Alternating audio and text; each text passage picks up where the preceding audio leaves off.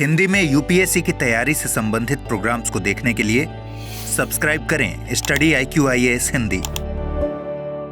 उत्तर भारत के विशाल मैदान के निर्माण को समझने के पश्चात आज का हमारा टॉपिक है गंगा का मैदान। और गंगा के मैदान में हम एक्चुअल में यह भी समझना प्रारंभ करेंगे कि इसका विस्तार कहां से कहां तक है, ऊपरी गंगा का मैदान क्या होता है, निचली गंगा का मैदान क्या होता है। साथ ही हम समझेंगे कि यूपी, जिसकी जनसंख्या वर्ल्ड के 5th पॉपुलेटेड कंट्री अर्थात ब्राजील से भी ज्यादा है। ब्राजील की यदि आप पॉपुलेशन लेते हैं तो इसकी लगभग पॉपुलेशन निकल के आती है 22 करोड़। लगभग की बात कर रहा हूं मैं, अप्रोक्सीमेटली। और यहां पर यूपी की निकल के आती है लगभग 24 करोड़ के आसपास। तो ये पॉपुलेशन इतनी ज्यादा होने का क्या कारण है। साथ ही इसी वीडियो में हम डिस्कस करेंगे कि ऐसा क्या होता है पृथ्वी पर जिससे एक नदी बार बार अपने बाढ़ के मैदान में परिवर्तन करती है, अर्थात बांगर और खादर क्षेत्रों का निर्माण करती है। तो यदि अभी तक आपने प्रीवियस वीडियोस नहीं देखे हैं तो मेरी आपसे एक रिक्वेस्ट रहेगी कि आप जाइए और प्रीवियस वीडियोस को एक बार देख कर आइए। वहां पर हमने बहुत अच्छे से सभी टॉपिक्स को यूपीएससी मेंस के अकॉर्डिंग कवर करने का प्रयास किया है। क्लियर। मेरा नाम है अभिषेक कुमार और आपका बहुत बहुत स्वागत है स्टडी IQ के हिंदी यूट्यूब प्लेटफॉर्म पर। तो चलिए शुरू करते हैं आज का टॉपिक, जिसका नाम है गंगा का मैदान। यदि गंगा के मैदान को हम समझने का प्रयास करें तो आप ध्यान से सुनिएगा कि इसको हम बेसिकली 4 पार्ट्स में डिवाइड कर सकते हैं। कौन से हैं ये 4 पार्ट्स? तो सबसे पहला जो पार्ट आपको देखने के लिए मिलेगा, इसे कॉल किया जाता है भाबर क्षेत्र, अर्थात दैट इज भाबर प्रदेश। सबसे पहले आता है हमारा भाबर क्षेत्र। भाबर क्षेत्र के पश्चात भाबर क्षेत्र बोला जाए या फिर भाबर प्रदेश बोला जाए। सेकेंडरी आता है हमारे पास तराई क्षेत्र। एंड थर्ड हमें देखने के लिए मिलता है, थर्ड आता है बांगर क्षेत्र। एंड बांगर के बाद हमें देखने के लिए मिलता है खादर प्रदेश या फिर खादर क्षेत्र, जो भी आपको याद रह पाए।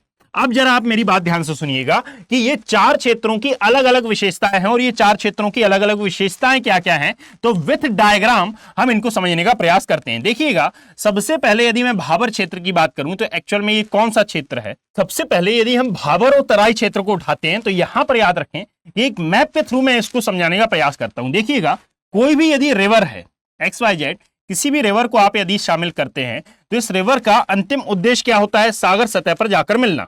और यदि सागर सतह पर जाकर मिलना इसका अंतिम उद्देश्य है तो उससे पूर्व ये कई क्षेत्रों में प्रवाहित होती हुई प्रतीत होती है। यानी कि यदि मैं यहां पर इस मैप के थ्रू आपको समझाने का प्रयास करूं तो यदि एक रिवर है जिसका ओरिजिन हो रहा है किसी माउंटेन से या फिर किसी माउंटेन पर स्थित ग्लेशियर से, तो जब ये इस माउंटेन से नीचे आएगी, है ना, तो नीचे आने पर यह तीव्र वेग के साथ प्रवाहित होगी। और जितना अधिक तीव्र वेग इसका होगा उतना ही अधिक आपको देखने के लिए मिलेगी कि इसकी इरोजन पावर है, अर्थात इसकी अपर्दन क्षमता उतनी ही अधिक है। और अपर्दन क्षमता जितनी अधिक है ना बच्चों, यहां पर याद रखें कि जितनी अधिक अपर्दन क्षमता इस नदी में उतनी अधिक अवसादों की मात्रा, और जितनी अधिक अवसादों की मात्रा तो उतना ही अधिक आप पाएंगे कि भाबर क्षेत्र का निर्माण बड़ा और तराई क्षेत्र का निर्माण भी बड़ा। क्लियर? कैसे? तो जरा ध्यान से सुनिएगा कि जब किसी माउंटेन से रिवर ओरिजिन लेने के पश्चात नीचे आती है तो ये नीचे वाला एरिया एक्चुअल में क्या कहलाता है? इस एरिया को आप नाम देते हैं पर्वत पदीय क्षेत्र, अर्थात पर्वत के नीचे के एरिया है ये आता है हमारा पर्वत पदीय क्षेत्र। और इस पर्वत पदीय क्षेत्र में पहुंचकर नदियां अपने द्वारा लाए हुए बड़े अवसादों को छोड़ना प्रारंभ करती हैं। इसका कारण क्या है? तो जैसे ही पर्वत पदीय क्षेत्र में नदियां पहुंचती हैं तो पर्वत पदीय क्षेत्र में पहुंचने पर इनका वेग, इनकी स्पीड कम होती है और इसी के कारण आप पाएंगे कि इनकी पावर भी कम हो जाती है। और जैसे ही इनकी शक्ति क्षीण होती है तो शक्ति क्षीण होने के क्रम में आप पाएंगे कि सबसे पहले तो ये उन अवसादों को त्यागना प्रारंभ करती है जो कि बहुत ज्यादा वृहद हैं, अर्थात ये अपने द्वारा लाए हुए कंकड़ पत्थरों और साथ में बड़ी बड़ी चट्टानों को इस क्षेत्र में त्यागना प्रारंभ करती है। और यहां पर सबसे पहले बड़ी चट्टानों को, क्योंकि उन्हीं को बहा पाने में असमर्थ होगी, और आगे बढ़ने पर इन चट्टानों का क्रम आपको छोटा होता हुआ नजर आता है। और इस पूरे एरिया का आकार शंकुआकार देखने के लिए मिलता है। दैट्स व्हाई कि इसे कॉल किया जाता है भाबर क्षेत्र, इसे कहा जाता है भाबर क्षेत्र, या फिर इसे ही कॉल किया जाता है जलोढ़ शंकु। यानी कि जब आप फिजिकल ज्योग्राफी में पढ़ते हैं तो वहां पर आपको कंफ्यूज होने की जरूरत नहीं है कि भाबर को हम एक और अन्य नाम से जानेंगे, यह है हमारा जलोढ़ शंकु। और जलोढ़ शंकु ही क्यों कॉल किया जाता है इसको? तो बेसिकली यदि आप इसका आकार देखें तो एक साइड से ये चौड़ा और एक साइड से ये सकरा है, अर्थात इसका आकार शंकुआकार है। दैट्स वाई कि इसे जलोढ़ शंकु भी हम नाम देते हैं। सेकेंड हमारा आता है कि जब यहां पर इस भाबर क्षेत्र की अब क्या क्या विशेषताएं हैं प्रीवियस स्लाइड में हम देख लेंगे, परंतु यहां पर यदि हम देखें तो इस भाबर क्षेत्र में नदियां आकर विलुप्त होती हैं, और जब नदियां आकर विलुप्त होती हैं तो इसी चट्टानों के नीचे से प्रवाहित होती हुए फिर आगे की ओर ये निकलती हैं, और आगे हमें ऐसा प्रतीत होता है कि नदी पुनः धरती पर प्रकट हो रही है और ये तैर कर आ रही है। दैट इज वाई कि यहां पर हम इसको क्या कॉल करते हैं बच्चों, इस वाले एरिया को बेसिकली कॉल किया जाता है तराई क्षेत्र। यहां पर इस पूरे एरिया को हम बोलते हैं तराई क्षेत्र, तराई बेल्ट या फिर तराई प्रदेश का आप इसके नाम देते हैं। अब इस तराई प्रदेश की यदि हम बात करें तो इसको भी फिजिकल ज्योग्राफी अकॉर्डिंगली आपको समझना है। इसे कॉल किया जाता है जलोढ़ पंख। अब जलोढ़ पंख ही क्यों कहा जाता है, तो एक्चुअल में यहां पर जलोढ़ मृदा का विस्तार आप पाएंगे और इसीलिए इसे कहा जाता है जलोढ़ पंख और जलोढ़ शंकु। तो कई बार आपसे जलोढ़ पंख भी पूछ सकता है, जलोढ़ शंकु भी पूछ सकता है, इसीलिए आपको ये दोनों नाम भी याद रखना है। ये दोनों नामों में बिल्कुल भी कंफ्यूज होने की आवश्यकता नहीं है। और फिर इसी के आगे जैसे जैसे आप और इससे आगे बढ़ते जाते हैं तो फिर आप पाएंगे कि इसी का विस्तार और आगे तक मिलता है। अर्थात यहां पर मैं और आगे तक इसको ड्रॉ करता हूं, तो जैसे ही आप आगे पहुंचेंगे तो यहां आगे जाने पर अब आप पाएंगे कि तराई क्षेत्र के पश्चात नदी अपनी घाटी क्षेत्र में प्रवाहित होने लगती है, और जब ये अपने घाटी क्षेत्र में प्रवाहित होने लगती है तो यहां आप पाते हैं कि यहां नदी दो प्रकार के क्षेत्रों का निर्माण करती है। और कौन से हैं ये दो प्रकार के क्षेत्र, तो सबसे पहले तो आता है पुराना बाढ़ का मैदान, और इसे संबोधित किया जाता है, इसे कॉल किया जाता है बच्चों बांगर क्षेत्र। यह आता है हमारा पूरा एरिया बांगर क्षेत्र या फिर बांगर प्रदेश का, अर्थात इसे ही कहा जाता है पुराना बाढ़ का मैदान, जिसके बारे में मैंने आपको स्टार्टिंग में ही बताया था, पुराने बाढ़ का मैदान। अब इसे पुराने बाढ़ का मैदान क्यों कहा जाता है और नदी अपना बाढ़ का मैदान क्यों चेंज करती है, यह हमारा आज का मेन टॉपिक होने वाला है। हम पूरे उत्तर भारत के विशाल मैदान में इस गंगेटिक प्लेन अर्थात गंगा के मैदान को समझने के पश्चात इसका कारण भी जानेंगे। अब जरा ध्यान से सुनिएगा, जब आप इससे आगे जाते हैं तो इसके आगे आपको नए बाढ़ का मैदान देखने के लिए मिलेगा। और ये कौन सा है नया बाढ़ का मैदान, तो बेसिकली इसे कॉल किया जाता है, इस पूरे मैदान को हम कॉल करते हैं खादर क्षेत्र। ये पूरा एरिया कहलाता है खादर क्षेत्र, अर्थात इसे कहा जाता है नए बाढ़ का मैदान। अर्थात नदी अभी भी जहां पर अपने बाढ़ का जल पहुंचाती है उसे ही कहा जाता है नए बाढ़ का मैदान, दैट इज खादर क्षेत्र। अब चलिए समझना प्रारंभ करते हैं कि एक्चुअल में इन भाबर प्रदेश में, इस तराई प्रदेश में और बांगर और खादर में क्या डिफरेंस है। अब आप मेरे साथ ध्यान से सुनते जाइएगा, मेरे साथ ध्यान से एक एक बात को रिपीट भी करिएगा जहां पर भी आप बैठे होंगे। देखना कि सबसे पहले हमने क्या देखा कि भाबर प्रदेश का एक्चुअल में निर्माण किससे हुआ है, तो सबसे पहला पॉइंट तो इसमें आ जाता है कि भाबर प्रदेश का निर्माण नदियों द्वारा लाए हुए बड़े अवसादों से, अर्थात यहां पर बड़ी चट्टानें भी शामिल होंगी, बड़े अवसाद। और इन बड़े अवसादों में कौन आ जाएगा, तो इसमें आ जाएंगे बड़े बड़े कंकड़ पत्थर और साथ में चट्टानों से यह निर्मित है, चट्टानों से निर्मित है। और जब ये चट्टानों से निर्मित है ना बच्चों, तो यहां पर अब इंटरकनेक्ट करिएगा। देखना यूपीएससी की जर्नी में आपको मेन ताकत क्या है, आपकी मेन पावर क्या है, तो आप चीजों को इंटरकनेक्ट कर पाते हैं। और यदि आप इंटरकनेक्ट कर पा रहे हैं तो आपको याद रखने में भी आसानी होगी, और मेरा दावा है कि आप अच्छे से चीजों को रिप्रेजेंट भी कर पाएंगे। कंटेंट सेम होता है, बस उसको रिप्रेजेंट करने का तरीका अलग अलग होता है, इसीलिए कई लोगों के मार्क्स ज्यादा आते हैं और कई लोगों के मार्क्स कुछ कम आते हैं। तो यहां पर यदि मान लीजिए ये वाला एरिया चट्टानों से निर्मित है, अर्थात यहां पर कंकड़ पत्थर ये सब हैं, और नदी का वेग उतना कम नहीं है, तो क्या यहां पर नदी अपने द्वारा लाए हुए अवसादों में मृदा को यहां पर छोड़ पाएगी?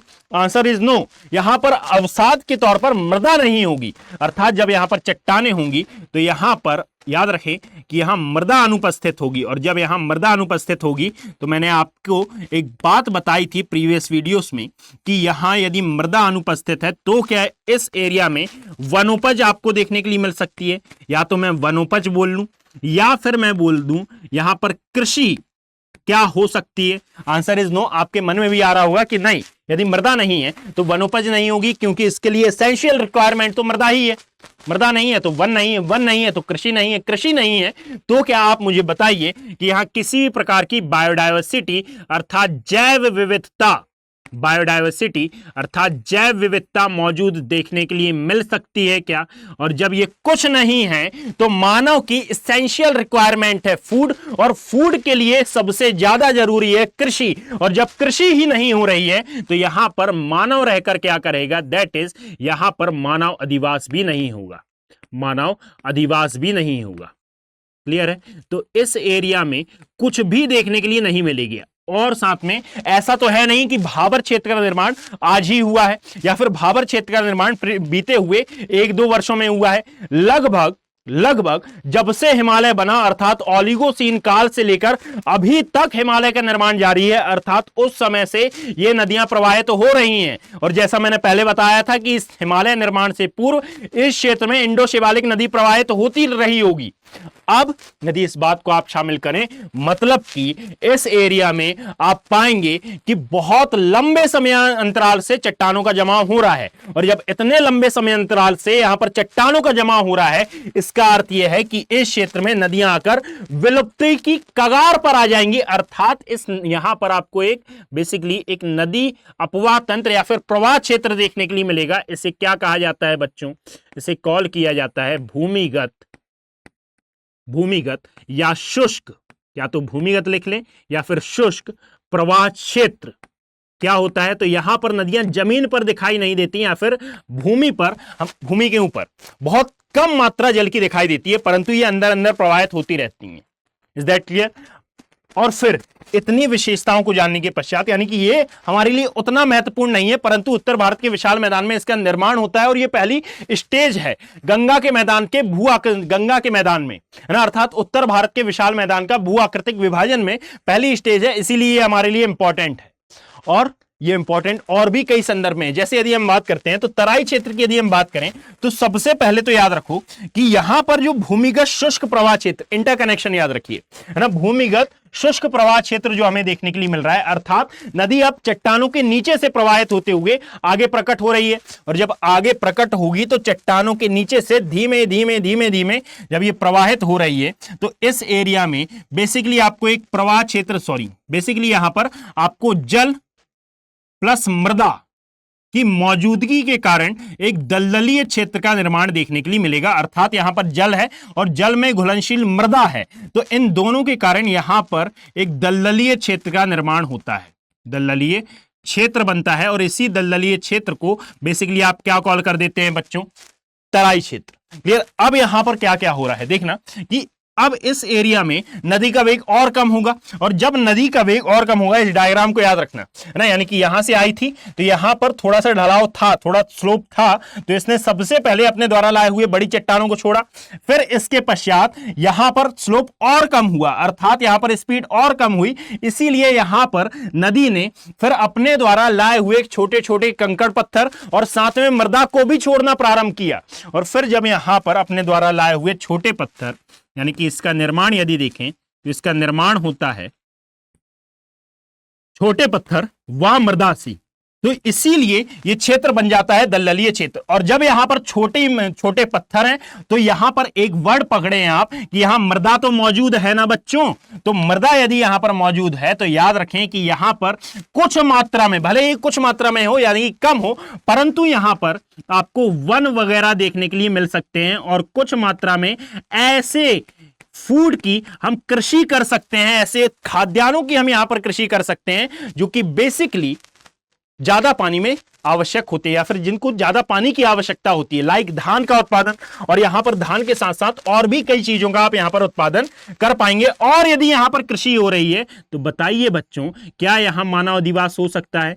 तो भले ही अल्प अधिवास होगा, परंतु याद रखिएगा कि यहां पर मानव अधिवास होगा। अब क्या यहां पर इंडस्ट्रियलाइजेशन होगा? नहीं होगा, क्योंकि ये तराई क्षेत्र है, पीछे से नदी आती जा रही है। क्लियर? तो आप यहां पर कृषि कर लेंगे, कृषिगत उत्पादन क्षमता वाले या फिर कृषिगत उद्योग आप यहां पर बिल्कुल भी स्टैब्लिश नहीं कर पाएंगे। तो यहां पर बेसिकली मानव अधिवास भी होगा, मानव अधिवास के साथ कृषि भी होगी, और यदि कृषि है, मानव अधिवास है, वन है, तो यहां पर आपको बायोडायवर्सिटी भी बहुत ज्यादा देखने के लिए मिलेगी।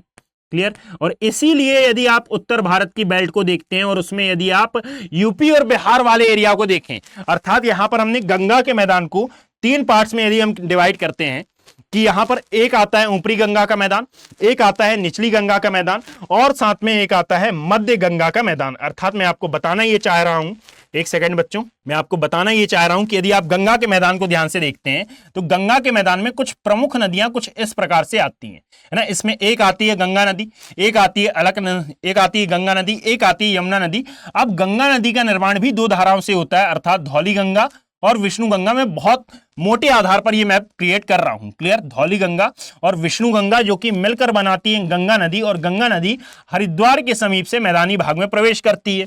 और ये हरिद्वार कहां आता है? उत्तराखंड में। और उत्तराखंड से निकलकर फिर ये प्रवेश करती है यूपी वाली बेल्ट में, और यूपी, बिहार, झारखंड, पश्चिम बंगाल में प्रवाहित होते हुए फिर ये बांग्लादेश में प्रवेश करती है, और बांग्लादेश में विश्व के सबसे बड़े डेल्टा सुंदरवन डेल्टा का निर्माण करती है। किस नदी के साथ मिलकर? तो जिसे हम कहते हैं जमुना, एक्चुअल नाम है उसका क्या? वास्तविक नाम है उसका ब्रह्मपुत्रा।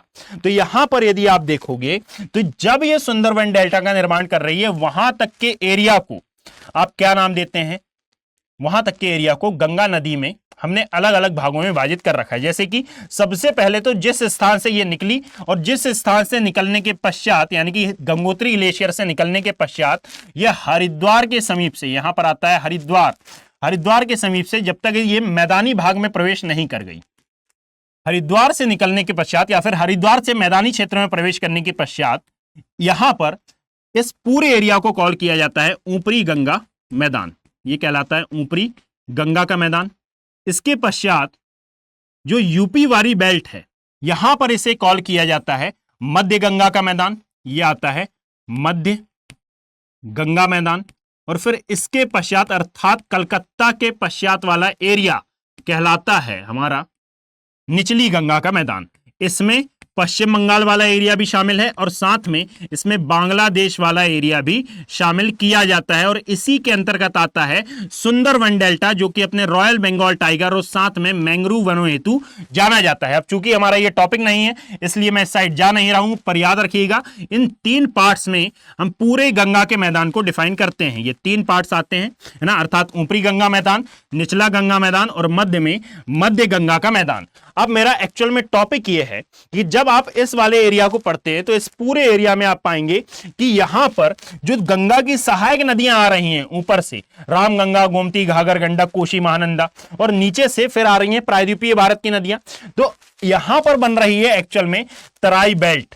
इस एरिया में तराई बेल्ट मिल रही है और यहां पर मिल रही है आपको तराई बेल्ट। तो इस पूरी बेल्ट में यदि आप देखें तो आपको जैव विविधता अर्थात बायोडायवर्सिटी बहुत अधिक देखने के लिए मिलेगी।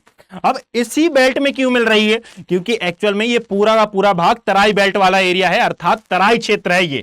इसीलिए यदि आप देखें तो आप जाइए एटलस उठाइए और एटलस में आप मार्क करना चालू करना कि इसी बेल्ट में हमने कुछ नेशनल पार्क भी बनाए हुए हैं, कुछ राष्ट्रीय उद्यानों की भी हमने स्थापना कर रखी है। कौन से हैं ये राष्ट्रीय उद्यान? तो जरा ध्यान से मेरी बात सुनने का प्रयास करिएगा। जब आप उत्तराखंड वाली बेल्ट में देखेंगे या आप उत्तराखंड में देखेंगे तो इसी तराई बेल्ट में आपने बनाया हुआ है रामगंगा राष्ट्रीय उद्यान। रामगंगा, अब एटलस में इसको ढूंढने का प्रयास जब आप करेंगे तो इसी को आप जिम कॉर्बेट राष्ट्रीय उद्यान के नाम से ढूंढेंगे बच्चों। इसी को आप ढूंढेंगे किस नाम से? जिम कॉर्बेट राष्ट्रीय उद्यान के नाम से। इसका नाम चेंज होकर रामगंगा राष्ट्रीय उद्यान हो गया है। कारण यह है कि इसके मध्य से रामगंगा नदी प्रवाहित होती है और भारतीय उपमहाद्वीप के घड़ियाल आपको पूरे भारत में 2 नदियों में देखने के लिए मिलेंगे। एक है रामगंगा और एक आती है कौन सी? चंबल नदी, एमपी में, मध्य प्रदेश में। नेक्स्ट आता है इसी बेल्ट में आप पाएंगे दुधवा राष्ट्रीय उद्यान है। इसी बेल्ट में अर्थात यूपी में आप पाते हैं दुधवा राष्ट्रीय उद्यान। दुधवा नेशनल पार्क, ये भी बना हुआ है तराई बेल्ट पर। इसी प्रकार बिहार में आप पाएंगे कि यहां बनाया हुआ है, यहां पर स्थापित किया गया है वाल्मीकि राष्ट्रीय उद्यान। और जब आप इसी से आगे जाते हैं, अर्थात यदि हम ब्रह्मपुत्रा की बात करें तो ब्रह्मपुत्रा की बेल्ट में भी आपको ये राष्ट्रीय उद्यान स्थापित देखने के लिए मिलेंगे, जिन्हें कहा जाता है मानस। अर्थात यदि हम आसाम वाले एरिया में चले जाएं, तराई बेल्ट वाले आसाम एरिया में, तो यहां पर भी आपको मानस राष्ट्रीय उद्यान, जिसकी मेन रिवर मानस ही है। मानस के बाद यहां काजीरंगा मिलेगा और काजीरंगा के पश्चात यहीं पर इसी बेल्ट में आपको पोवितारा राष्ट्रीय उद्यान भी स्थापित देखने के लिए मिलेगा। अब यदि आपको इस पर वीडियो चाहिए हो कि एक्चुअल में पूरे उत्तर भारत की बेल्ट में कौन कौन से नेशनल पार्क स्थित है, तो आप मुझे कमेंट सेक्शन में बताइएगा। मैं उत्तर भारत का विशाल मैदान कंप्लीट होने के पश्चात इन पर एक डेडिकेटेड वीडियो लाऊंगा और साथ में यह भी बताऊंगा कि एनवायरमेंटल की दृष्टि से वो क्यों इंपॉर्टेंट है और वहां पर कौन से एनिमल्स हैं जो कि यहां की जैव विविधता के लिए बेहद ही इंपॉर्टेंट रोल अदा करते हैं। जैसे कि राइनो यहां पर आपको एक एशियाई राइनो और साथ में अफ्रीकन राइनो मिलेगा, जिसका आईयूसीएन स्टेटस वनरेबल है। और यूपीएससी मेंस और साथ में प्री पॉइंट ऑफ व्यू से ऐसे टॉपिक जिनको हम मिसलेनियस के पार्ट में डाल देते हैं, ये बेहद ही इंपॉर्टेंट होते हैं। तो याद रखें, ये जो क्वेश्चंस आते हैं वो इसी पोर्शन से आते हैं, क्योंकि ये पोर्शन तो हमें पता होता है और जनरली सभी को पता होता है कि हमें पढ़ना क्या है और हमने पढ़ा क्या है। Is that clear? और यदि क्लियर है तो ये था भाबर और ये आता है तराई क्षेत्र। इसके पश्चात याद रखें कि अब हम डिस्कस करने जा रहे हैं किसको? बांगर क्षेत्र को। बांगर क्षेत्र को यदि एक लाइन में मैं बोलता हूं कि ये आता है, बेसिकली इस क्षेत्र को कहा जाता है पुराने बाढ़ का मैदान, पुराना बाढ़ का मैदान। और पुराना बाढ़ का मैदान क्यों? क्योंकि कालांतर में यहां पर नदी के बाढ़ का पानी पहुंचता होगा, परंतु अब नहीं पहुंच रहा है। और अब नहीं पहुंच रहा है, दैट इज वाई कि यह अपेक्षाकृत कम उपजाऊ, मैंने ये नहीं बोला कि यह अनुपजाऊ है, मैंने बोला है कि यह अपेक्षाकृत कंपैरेटिवली कम उपजाऊ क्षेत्र है। परंतु यदि हम खादर की बात करें तो याद रखें इसका जस्ट उल्टा हो जाएगा कि इस एरिया में आपको क्या देखने के लिए मिलेगा बच्चों? इस एरिया में आप पाएंगे कि इसे हम कॉल कर रहे हैं नया बाढ़ का मैदान या फिर नई जलोढ़ का क्षेत्र, नया बाढ़ का मैदान। और यदि इस नए बाढ़ के मैदान की हम बात करते हैं तो यहां पर यह अपेक्षाकृत अधिक उपजाऊ प्रतीत होता है। और इसका कारण क्या है, अब मैं आपके सामने एक मैप बनाता हूं, उसके थ्रू आप समझने का प्रयास करिएगा कि एक्चुअल में इसका कारण क्या है कि नदी समय अनुसार अपने बाढ़ के मैदान में परिवर्तन करती है। अर्थात यहां पर यदि मैं एक मैप ड्रॉ करूं तो मान लेते हैं कि यह है नदी घाटी, अर्थात तराई क्षेत्र से निकलने के पश्चात कोई भी रिवर तराई क्षेत्र से निकलने के पश्चात हर नदी अपनी घाटी में प्रवेश करती है ना। यहां पर चाहे वो यू आकार की घाटी में प्रवाहित हो या फिर चाहे वो वी आकार की घाटी में प्रवाहित हो, वो घाटी क्षेत्र में प्रवेश करेगी जरूर। और यहां पर यदि मैं इस नदी घाटी का मैप बनाता हूं तो यह है एक नदी घाटी और इस नदी घाटी में ये नदी प्रवाहित हो रही है इस एरिया में। इस एरिया को यदि आप ध्यान से देखेंगे, देखिएगा यहां पर ये पूरी की पूरी एक नदी घाटी के तौर पर आप इसको शामिल कर सकते हैं। ये है भूमि और भूमि के अंदर यहां पर प्रवाहित हो रही है एक रिवर जिसको आप नाम दे रहे हैं, मान लेते हैं गंगा नदी। ये है हमारी गंगा नदी और ये है हमारा land area that is called भूमि। क्लियर? अब इसमें हो क्या रहा है तो देखिएगा, जब भी वर्षा काल में इस नदी का जलस्तर बढ़ेगा तो इस वर्षा काल में जब भी नदी का जलस्तर बढ़ेगा तो ये जलस्तर बढ़ने के परिणाम स्वरूप नदी के बाढ़ का जल जिन स्थानों तक पहुंचेगा, ये बाढ़ का जल जिन स्थानों तक पहुंचा उसे कॉल किया जाएगा खादर क्षेत्र। और जिन स्थानों तक ये नहीं पहुंच पाया, यानी कि दैट इज ये वाले एरिया, यहां तक नदी के बाढ़ का पानी नहीं पहुंच पाएगा, तो इसे आप क्या कॉल करेंगे बच्चों?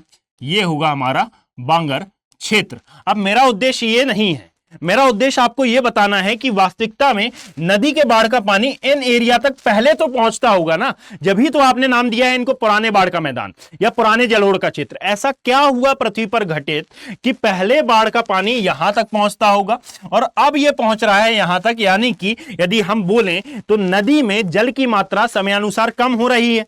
तो ये कम क्यों हो रही है, जरा इसको समझने का हम प्रयास करते हैं। जरा आप देखें कि एक्चुअल में हमारी जो पृथ्वी है ना, उस पृथ्वी पर एक साइकिल चलती है। है ना, एक चक्र चलता है और इस चक्र को कहा जाता है हिमयुग और अंतरा हिमयुग का चक्र।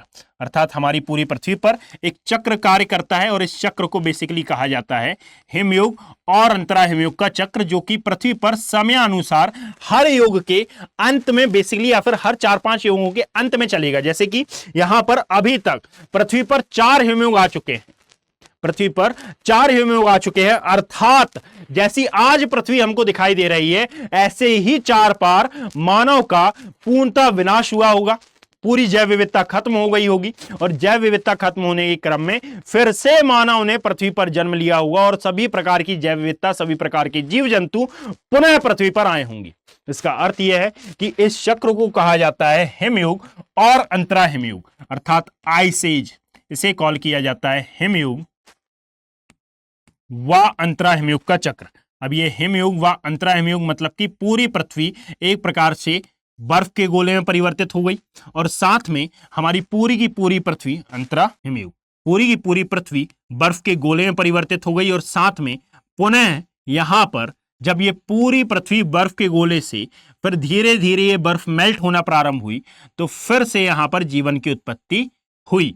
अर्थात हमारी पृथ्वी, हम जनरली ये पढ़ते हैं कि आग का गोला थी, परंतु याद रखें आग के गोले से भी पहले, आग के गोले के पश्चात ये फिर बनी थी बर्फ का गोला। एक मोटे आधार पर मैं ये बात कर रहा हूं, क्लियर।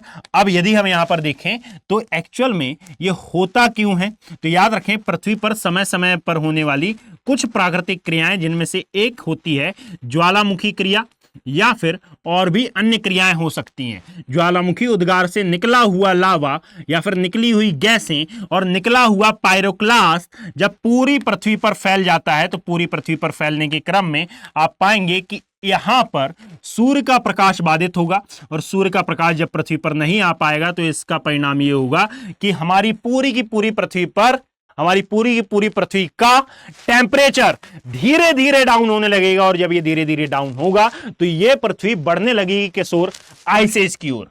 अब जैसे ही इस ज्वालामुखी उद्गार से निकला हुआ लावा हटेगा और सनलाइट अर्थात सूर्य का प्रकाश पृथ्वी पर पुनः आना प्रारंभ होगा तो इस सूर्य के प्रकाश की उपस्थिति में ये जो हमारी पृथ्वी पर जमी हुई बर्फ है ये धीरे धीरे मेल्ट होना प्रारंभ होगी और जब ये मेल्ट होना प्रारंभ हो जाएगी और मेल्ट होने लगेगी तो इसको आप क्या नाम देंगे बच्चों, इसे आप नाम देते हैं कि अब पृथ्वी आ चुकी है कहां पर, अंतरा हिमयुग में। यानी कि वर्तमान परिप्रेक्ष्य में यदि मैं देखूं तो हम कहां जीवित हैं बच्चों, अंतरा हिमयुग में जीवित हैं। तो यहां याद रखिएगा कि जब हिमयुग था, यदि इस कंडीशन के अकॉर्डिंगली मैं बात करूं कि जब हिमयुग था तो हिमयुग में बनने वाले ग्लेशियर अर्थात यहां पर बनने वाले हिमनद का आकार भी बड़ा था। तो जब हिमनद का आकार बढ़ा तो हिमनद से निकलने वाली नदी भी बढ़ी और जब हिमनद से निकलने वाली नदी बढ़ी तो यहां पर इस मैप के अकॉर्डिंगली आज जिस स्थान पर नदी आपको प्रवाहित होती हुई दिख रही है, यहां पर आप ऐसा बोल सकते हैं कि यही रिवर कालांतर में इस क्षेत्र तक प्रवाहित होती होगी यहां तक, और फिर जब इसमें बाढ़ आती होगी तो इसका पानी इस एरिया तक पहुंचता होगा।